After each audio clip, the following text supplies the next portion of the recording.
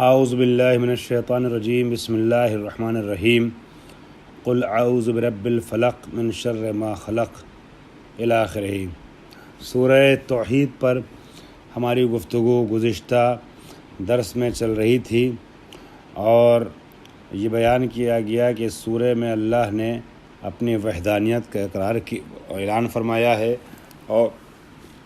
اور عقیدہ شرک و بت پرستی اور عقیدہ عیسائیت کے اوپر خط بطلان کھینچا ہے، اور اس سلسلے کو خالق کائنات نے بڑے پرکیف انداز میں، بہت حسین انداز میں، دلکش انداز میں، فصاحت و بلاغت سے بھرپور انداز میں اس طریقے سے بیان کیا ہے کہ اللہ ایک ہے، بے نیاز ہے، کوئی اس کو پیدا کرنے والا یعنی ایسا نہیں ہے کہ جس نے اس کو جنا ہو اور اس نے کسی کو جنا نہیں ہے۔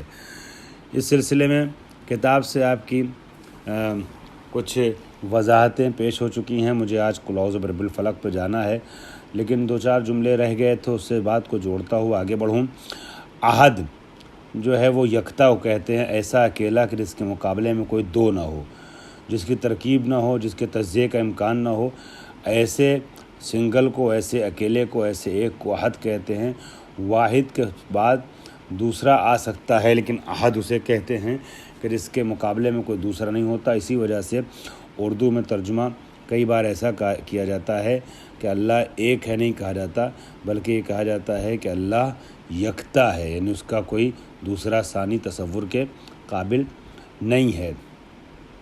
قل هو اللہ احد، پروردگار عالم کی وحدانیت کا اقرار کیا گیا اور عقیدہ شرک اور عقیدہ بت پرستی کے اوپر خط بطلان کھینچا گیا، اور اس کے بعد 4 قول ہیں قرآن مجید میں جن کے ایک ساتھ پڑھنے کا بے انتہا ثواب ہے اور بہت زیادہ تاکیدات ہیں۔ روایات میں کثرت سے 4 قول پڑھنے کے فوائد نقل کیے گئے ہیں۔ 4 قول پڑھنے سے انسان جو ہے وہ بلاؤں سے محفوظ رہتا ہے، 4 قول پڑھنے سے انسان نظر بد سے محفوظ رہتا ہے، 4 قول پڑھنے سے انسان کا عقیدہ باقی رہتا ہے، 4 قول پڑھنے سے انسان بیماریوں سے بچا رہتا ہے، 4 قول پڑھنے سے انسان نظر بد سے بچا رہتا ہے، 4 قول پڑھنے سے انسان آفتوں سے بچا رہتا ہے، 4 قول پڑھنے سے انسان کا عقیدہ توحید مستحکم ہوتا ہے، 4 قول پڑھنے سے وسوسے شیطانی سے محفوظ رہتا ہے، 4 قول پڑھنے سے اور گھر کے دیوار پہ یا گھر کے دروازے پہ ٹانگنے سے شیطانی جو ہے ہتھ کنڈوں سے اور بلاؤں سے اور دوسروں کے تعویذ گنڈے سے اس سے انسان کا گھر محفوظ رہتا ہے۔ بہت سے فائدے ہیں 4 قول پڑھنے کے۔ اب ہم آ جاتے ہیں سورہ فلق کے اوپر۔ سورہ فلق کیا ہے؟ فلق کہتے ہیں، کتابوں میں جو فلق کے معنی بیان کیے گئے ہیں، فلق کہتے ہیں کھول دینے کو، انکشاف کر دینے کو۔ صبح کے وقت کو، ہنگام صبح کو فلق کہا جاتا ہے، کیونکہ جب صبح کی روشنی پھٹ پڑتی ہے، اندھیرا ہٹ جاتا ہے اور روشنی پھٹ کے نکلتی ہے باہر، تو اس کو جو ہے وہ صبح فلق سے تعبیر کیا جاتا ہے۔ غاسق کا ایک لفظ اس کے اندر آیا ہے۔ غاسق جو ہے وہ فلق کے اپوزٹ، جیسے فلق میں تاریکی کا چھٹ جانا ہے، اور اسی طریقے سے غاسق میں تاریکی کا آ جانا ہے، اندھیرے کا آ جانا ہے۔ تاریک رات کو غاسق سے تعبیر کیا جاتا ہے۔ وقب کے معنی ہوتے ہیں داخل ہو جانا اور چھا جانا پورے طریقے سے، اور زیادہ تر یہ لفظ اندھیرے کے اس لیے استعمال کیا جاتا ہے، یعنی اندھیرے کا پورے طریقے سے چھا جانا۔ نفاسات کس کے لیے استعمال کیا جاتا ہے؟ جھاڑ پھونک کرنے والی عورتوں کو نفاسات سے تعبیر کیا جاتا ہے، مؤنث کے لیے صیغہ یہ لفظ استعمال کیا جاتا ہے۔ جھاڑ پھونک کرنے والی، تعویذ گنڈے کرنے والی، ٹھیک ہے، یہ سب کرنے والی جو عورتیں ہوتی ہیں، خرافات، ان کے لیے نفاسات کا لفظ استعمال کیا جاتا ہے۔ اور یہاں پر آپ دیکھیے گا تو تیسرے والے سورے میں جو ہے رب الناس کا لفظ استعمال ہوا ہے، لوگوں کا رب، انسانوں کا رب، تو انسانوں کی تربیت کرنے والا اور اصلاح کرنے والا۔ اور ملک الناس یعنی انسانوں کے اختیارات کا مالک، الہ الناس یعنی انسانوں کا معبود، ٹھیک ہے۔ اور وسواس کہتے ہیں وسوسہ پیدا کرنے والے شیطان کو، جب یہ جو سورہ ناس میں لفظ وسواس کا لفظ وسواس کا استعمال ہوا ہے۔ خناس کیا ہے؟ خناس جو ہے وہ جو انسان کے متوجہ ہو جانے پر پیچھے ہٹ جاتا ہے اور چھپ جاتا ہے۔ خناس جو ہے سامنے آ کر کے حملہ کرنے والے کو کہتے ہیں، لیکن جب کوئی متوجہ ہو جاتا ہے تو ڈرپوک کی طریقے سے پیچھے ہٹ جاتا ہے۔ خناس کا لفظ جو ہے وہ منفی معنی میں استعمال کیا جاتا ہے، کبھی کبھی اردو میں استعمال کرتے ہیں تمہارے ذہن میں کون سا خناس بھرا ہوا ہے۔ ایسا خناس جو منفی عقیدوں اور فکروں پر مشتمل ہوتا ہے، ایسی باتیں جو منفی عقیدوں اور فکروں پر مشتمل ہوتی ہے اور ذہن میں چلتی رہتی ہے، اسے خناس سے کئی بار تعبیر کیا جاتا ہے، اور جب اس کے سامنے کوئی آ جاتا ہے تو فوراً پیچھے ہٹ جاتا ہے۔ ٹھیک ہے، یہ ہے اس کا کچھ الفاظ کا لفظی ترجمہ۔ اب آپ آئیے ذرا سا میں اس سورہ کا ترجمہ کر لیتا ہوں، اور اس کے بعد مختصر تفسیر ہے جو سورہ ہی کی طریقے سے بہت زیادہ مختصر ہے، اس کو پیش کروں گا آپ کی خدمت میں۔ ارشاد ہوتا ہے، قل اعوذ برب الفلق، یعنی اے نبی کہہ دیجئے میں صبح کے مالک کی پناہ چاہتا ہوں، جو صبح کا مالک ہے، رب الفلق، فلق کا مالک ہے، اس کی یعنی صبح کو نکالنے والا جو رب ہے اس کی پناہ مانگتا ہوں، تمام مخلوقات کے شر سے، من شر ما خلق، ساری مخلوقات کے شر سے۔ ظاہر سے بات ہے تمام مخلوقات کے شر سے بچانے والی ایک ہی ذات ہے، ذات وحدہ لا شریک۔ اگر انسان اللہ پر بھروسہ کرے تو دنیا کی کوئی بھی شریر سے شریر مخلوق اس کو تکلیف نہیں پہنچا سکتی، اس کو اذیت میں مبتلا نہیں کر سکتی ہے۔ ٹھیک ہے، من شر ما خلق۔ البتہ یہاں پر یہ کہنے کا مقصد یہ نہیں ہے کہ اللہ والے جو کئی بار امتحان مبتلا ہو جاتے ہیں، اور مولا کائنات کا جو جملہ ہے دنیا دار ابتلا، دنیا جو امتحان گاہ ہے، تو امتحان نہیں آتا، امتحان آتا ہے لیکن وہ ایسا امتحان ہوتا ہے جو انسان کے عقیدے کو باقی رکھتا ہے۔ بہرحال تو تمام مخلوقات کے شر سے بچانے والا ہے وہ رب۔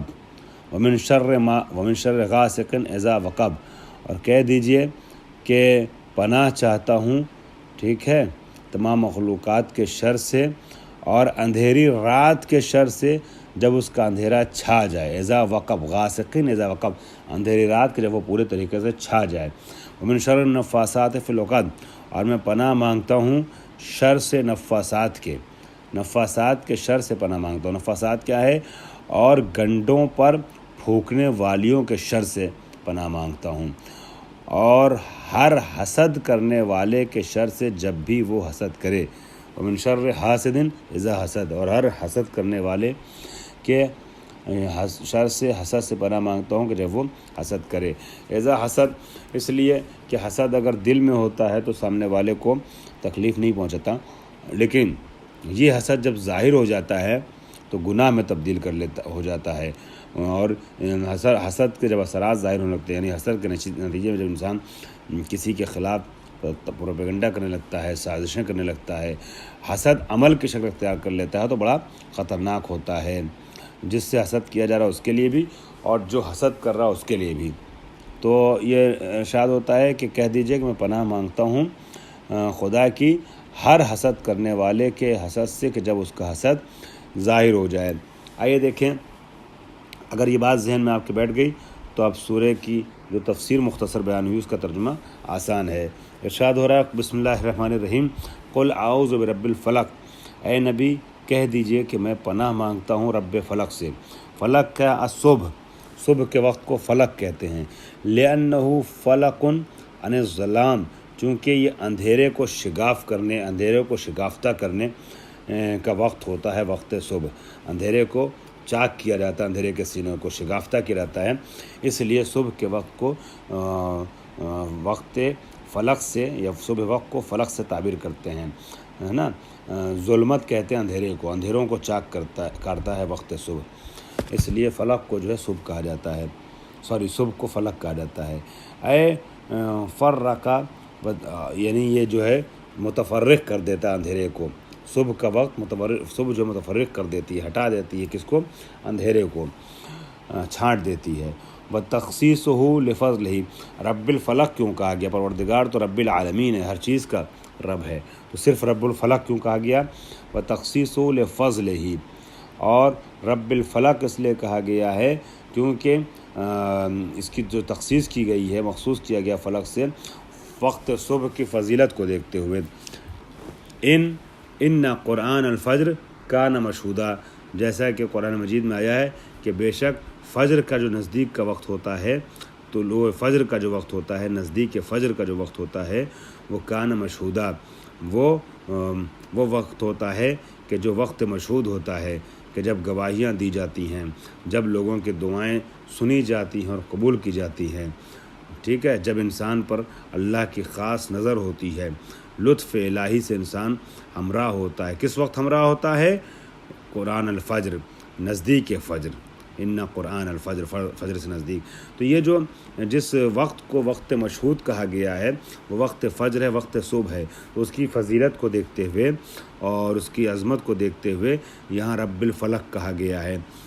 او کل ما ینفلق عنہ کالمطر والنبات والعیون والاولاد، یا ہر وہ چیز کہ جس سے شگاف ہوتا ہے، انکشافات ہوتا ہے، اس کی قسم کھائی جا سکتی ہے۔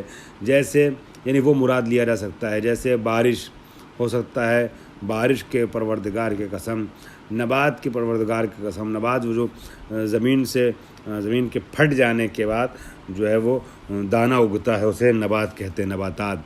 اس کی وہاں بھی فلق پیش آتا ہے، یعنی انفلاق پیش آتا ہے کہ کچھ پھٹتی ہے زمین، پھر اس میں سے نبات نکلتا ہے۔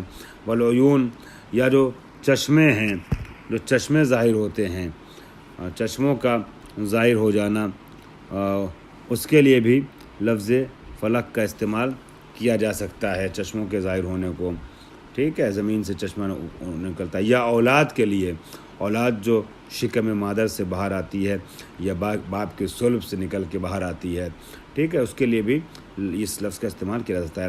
من شر ما خلق، اور میں پناہ مانگتا ہوں رب فلق کی کس چیز سے؟ ہر مخلوق کے شر سے۔ من ذی نفس وغیرہ، جسمن کا نا اور عرضان، ہر چیز کی سے پناہ مانگتا ہوں میں، چاہے وہ ذی نفس ہو چاہے غیر ذی نفس ہو، سب کے شر سے۔ چاہے مثال کے طور پہ جو ہے وہ انسانوں اور جناتوں کا شر ہو، اس سے بھی پناہ مانگتا ہوں، یا آندھیوں اور طوفانوں جیسے شر آئیں ان سے بھی پناہ مانگتا ہوں۔ وہ جسم ہو چاہے حالت ہو، عرض ہو اور کیفیت ہو، سب سے پناہ مانگتا ہوں، ہر طرح کے شر سے میں پناہ مانگتا ہوں، ٹھیک ہے۔ انسان کے ہاتھوں سے بھی پناہ مانگتا ہوں اور انسان کے حسد سے بھی پناہ مانگتا ہوں، چاہے جسم ہو چاہے عرض ہو۔ ومن شر غاسق، اور میں پناہ مانگتا ہوں غاسق کے شر سے۔ وہ کون غاسق کیا ہے؟ لیل شدید الظلمہ، رات کے جب اندھیری بہت زیادہ ہو چکی ہو۔ اذا وقب یعنی کیا؟ دخل ظلامہ، جب اس کی رات، جب تاریکی اس کی داخل ہو گئی ہو رات کی۔ بتخصیص ہو، اب یہاں پہ من شر غاسقین کیوں کہا؟ بہت سے شر سے بچنا ہے، مگر ایک ہی کا نام کیوں لیا گیا؟ بہجوم البلاء فیہ غالباً، کیونکہ عام طور پہ بلاؤں اور مصیبتوں کو ہجوم جو ہے وہ رات میں ہوتا ہے۔ من شر النفاسات، اور نفاسات کے شر سے پناہ مانگتا ہوں۔ نفاسات کیا ہے؟ النساء، عورتیں، اب النفوس السواحر التی ینفسنا، یا وہ نفوس ہیں کہ جو جادوگر ہوتے ہیں اور جو گنڈوں پہ پھونکتے ہیں، وہ مراد ہیں۔